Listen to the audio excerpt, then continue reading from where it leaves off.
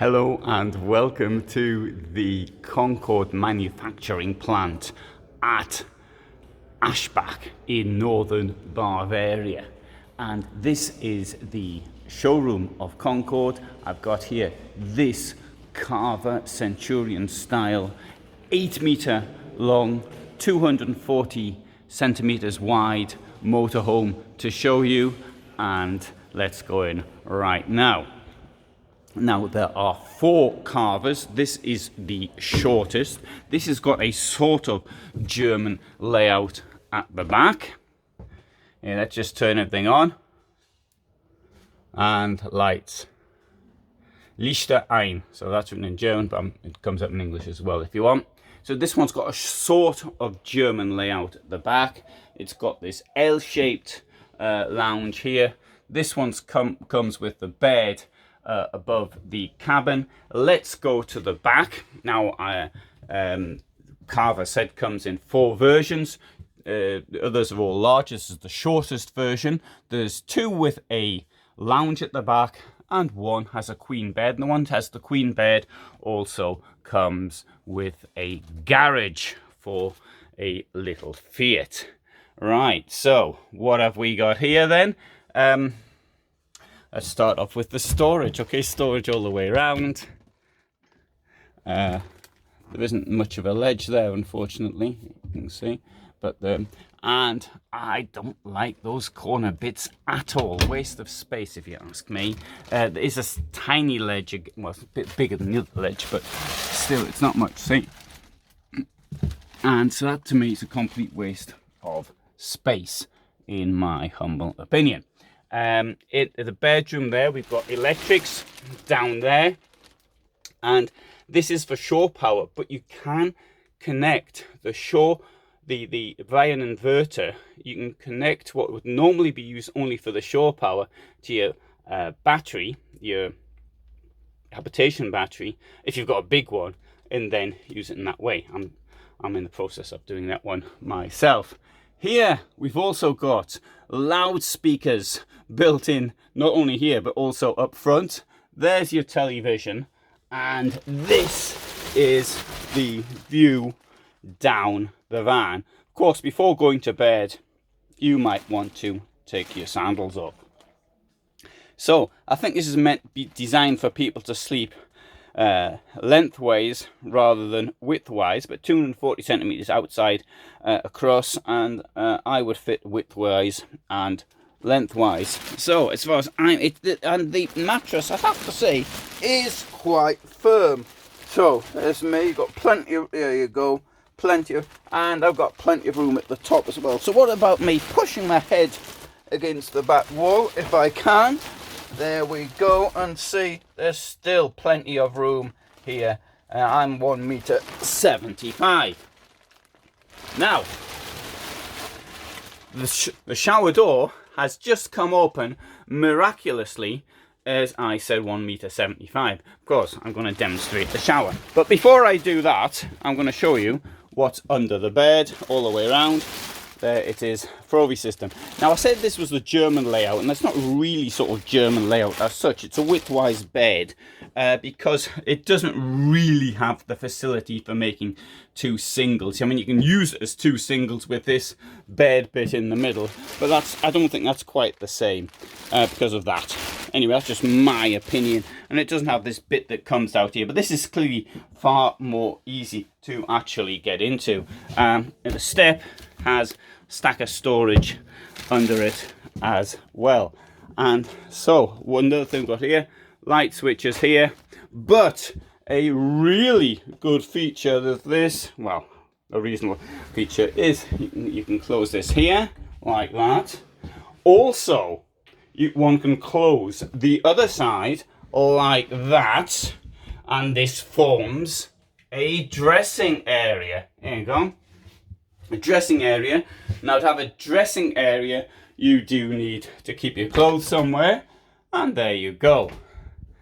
Nice big storage for clothes in there. Of course, you might use the storage around the bedroom as well. Now, let's have a look, go in the shower. So it's got a central plug in it. Now I do prefer 2, or even better 4. Not many people get 4, but I suppose the central one's better than the side one. Or is it? Or is it? Maybe it isn't. I'll take that one back. Right, there's me in the mirror. Right, see how high this is now.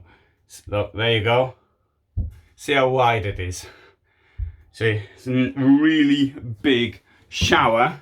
Comes with a useful thing for drying your socks after you've washed them. Or if you're the sort of person that washes your clothes every day, then you can sort of hang it up there. Or if you use hangers, then you could, when you're on a campsite, you can hang your wet clothes up there and it'll drip down into there. Alternatively, you can get one of these things, magnetic things, which you stick on the outside of your van, which I have actually demonstrated in previous videos. Now, whilst you're in the toilet, you can actually change the heating as well. So that's a good idea. Or alternatively, you can stick your head around the corner and look out the window. If you don't want people to look in, you can of course close it as well. And that also comes with an insect screen if you want to keep the insects out. Hangers. Now Aldi system uses glycol for heating. It's very efficient. It's the most expensive as well. Nice molded sink. And under this we've got some drawers, and this one is a different shape, presumably because there's things under there such as a sink. In the kitchen we have here 3 large burners, Thetford system. I think Death Left's also used the same thing in their Alpa range, I think. And here we have rather good, I would say, drawers with okay, the sides. More about the sides. And the sides not deep enough. Let's get this one here out. Well, I like to have sides that come up as far as possible here. Here, sorry. So I'd want the wall to about there. Sometimes it's not possible, of course, because of this. But anyway, that's one of my gripes with all motorhomes. Although having said that, here it's much better than this with Hymer motorhomes, for example. Right, storage here. But I wonder, what is the point of this ledge here? Couldn't this have been incorporated into storage? I mean, it's got a sort of a softish bit there. It's not that soft, but it's a bit soft. And behind it, the only thing you sort of keep there is keys and foreign coins. You don't know where they come from. On the other side here, we have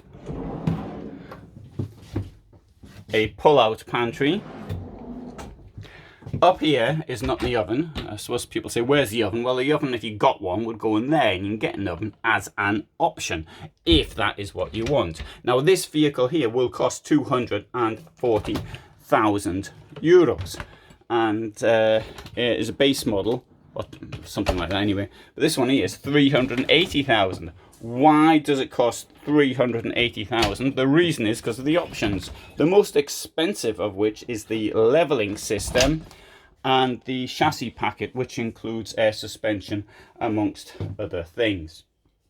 Now, one of the big advantages of a number of steps up in most vans is probably because there's a double floor. Probably, I said, in some 4x4 vehicles it may not necessarily mean that. Down here we have the waste tank, and down here we have the freshwater tank. Now, this vehicle does not have a cassette system. It has a sewage tank, as they have in the United States, and this means that you have to empty it. I think it's a bit more difficult to empty on one side, but on the other it does mean you can carry more toilet waste in the van with you. So, and right, coming down here, this is obviously the lounge, and what we have here are these rather outstanding seats.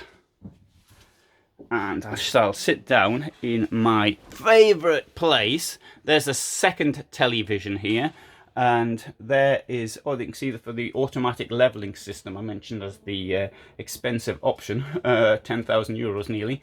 That's, you can control it down there. Here the steering wheels come off. The advantage of taking the steering wheel off is that you can put the seat further back, although I do agree it looks a bit odd.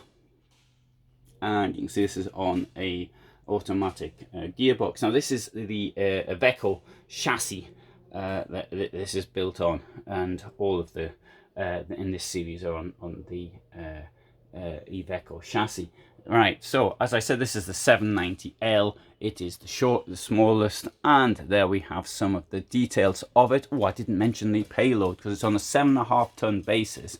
You can get 1,141 kilos of payload in it. So the engine's 210 horsepower, 154 kW, and the outer height is 359 centimeters. So there here we have all of the extras, and this one here 360,780 by the time everything else has been included. You can get engine upgrades and things like that if you want as well, but that's going to push the price up even further. Now, integrated vans, you hardly ever get a door on this side.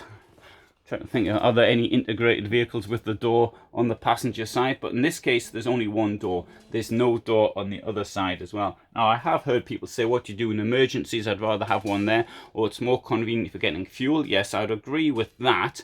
But I personally would rather only have one door.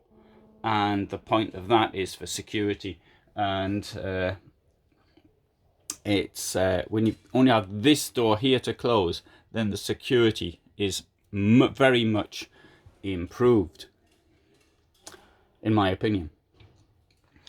There are these wonderful skylights, and there's one in the bedroom as well. There we have the aircon unit, and there's also a fan as well. Aircon, the problem with aircon is, for most cases, you have to be on hookup. Not in this case necessarily, as if you connected it to your batteries, as I suggested earlier, but you're swiftly going to run out of battery power. There are 12 volt aircon units now available on the market, which are even cheaper than the 230 ones. How effective they are, and would it work for a vehicle this large inside, that I don't know. For me, I think the fan is quite good. Now, up here, you will, if you've seen my videos before, you know I don't like beds up there, but of course I do appreciate there are circumstances when there may be a couple traveling and they don't want to sleep together. As people get older, I'm aware that these things happen, and sometimes when people are younger as well. So in that case, you might want it, but alternatively, you'd have cabinets all the way round. Yeah, I wonder what this is. Sandals drawer, I would say. I think sandals will go in there, wouldn't it? As you come in. Now, here we've got, I'll open this one as well, the controls for the vehicle. The Concorde Connect, this is the internet. Here we've got another heating system. So you see it's the Alde Compact 3020 HE. And, all right, it's currently 26 degrees in the van. And we can also see that it is on hookup. So I'll turn that off. This is your master volt controller, so it controls things like this. You can see this, what the solar's doing, and the energy usage and this type of thing. And here we've got the main controller, which you may have noticed earlier. And I can therefore, here I can turn on the water if I want, the water pump, with the lights on at present. And just to demonstrate this, I'm going to put my finger over here, and you can see the lights go out. Lichter aus, that's what it says now. And you can see it's still connected to the mains because it doesn't automatically pull the plug out.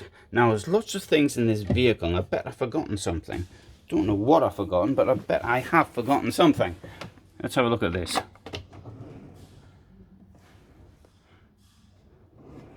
I think that's a great shoe drawer. Why is it so long? Well, yeah, look, here we have the fridge, and there is the slide out one. You can also if you don't want all the lights on, you can control them from here. Naturally, as you would expect in all motorhomes these days, there is a insect net which has been integrated into the door. Right, one of the advantages of a double floor is you get all of this storage all the way around. So I'm going to take you to the other side. And there you can see one that was opened earlier. Look at this magnificent garage. This is, I mean, this is brilliant. 400 kilos you can put in here. You've got some electric stuffs in that cabinet over there. You've got an outdoor shower. This is things they're keeping in here for storage. That's for your awning. No, this to me is absolutely stupendous. And sometimes I think, well, yeah, I couldn't drive an 8-meter long vehicle, but I would love to have something like that. All the stuff you can get in there. And yeah, 400 kilos is a fair whack. Right, in here we've got the water release valves as well as a bit more storage. And okay, so your hookup goes in there, it then goes through there, and the idea of this is to stop people stealing your cable. And on that subject, I've got an idea. Yeah, so this comes through and that comes down here. What you do, for a bit of security, get some tape and tape it round at parts here so it looks as though it's been broken, and that gives the idea that it's not worth stealing. It's been a quick repair job. There's a little tip that's made this video worth watching. So here, Abwasser, that's the dirty water, and this is the septic tank disposal. So you turn that round, you'd have to position it above the place you're doing your dump to.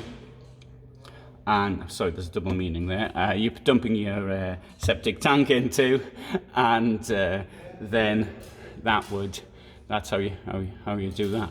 I bet it takes a bit of practice, so it might be worth practicing on the grey water first. That's the heating units. Hey, what could be in here? There's your gas cabinet, two bottles. Get refillable, as I always say. And here you can see, you get an idea of how deep the double floor is, but also you can see you can put things there which are long. You might be counting skis, scaffolding, snakes that won't curl up. This type of thing would go in there.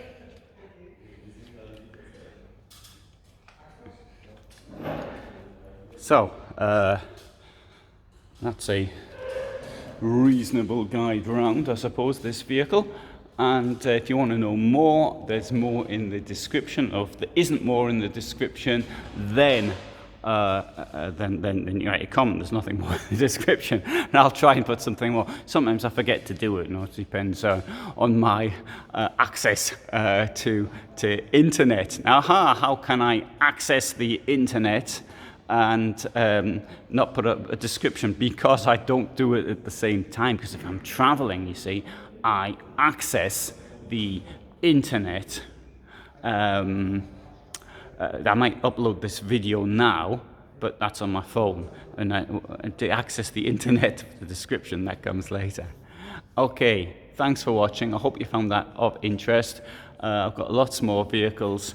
You can see there's some previous versions of it as well in other videos I've done. So if you find one on the second-hand market and you want to see what it looked like, for example, in 2019, for argument's sake, then I believe I've got that one also on this website.